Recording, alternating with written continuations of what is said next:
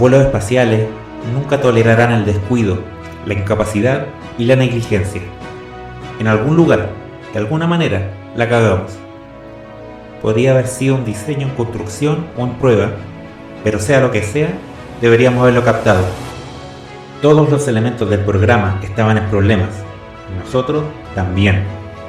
Los simuladores no funcionaban, el control de misión estaba atrasado en prácticamente todas las áreas, y los procedimientos de vuelo y prueba cambiaban a diario. Nada de lo que hicimos tenía algo de vida útil. Ninguno de nosotros fue capaz de ponerse de pie y decir: maldita sea, detente. No sé lo que el Comité Thompson encontrará como causa, pero yo sí lo sé.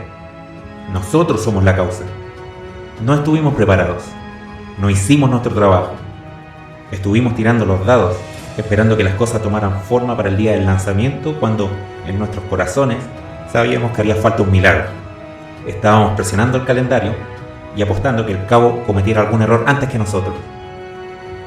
A partir de este día, control de vuelo será conocido por dos palabras: duro y competente.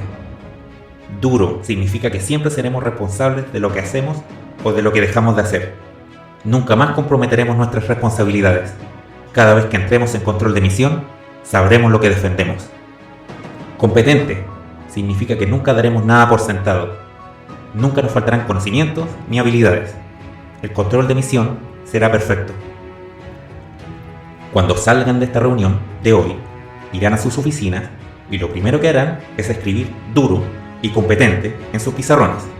Esto nunca será borrado, para que cada día cuando ingresen, estas palabras les recuerden el precio que tuvieron que pagar Grissom, White y Chaffee. Estas palabras son el precio de admisión a las filas de control de misión.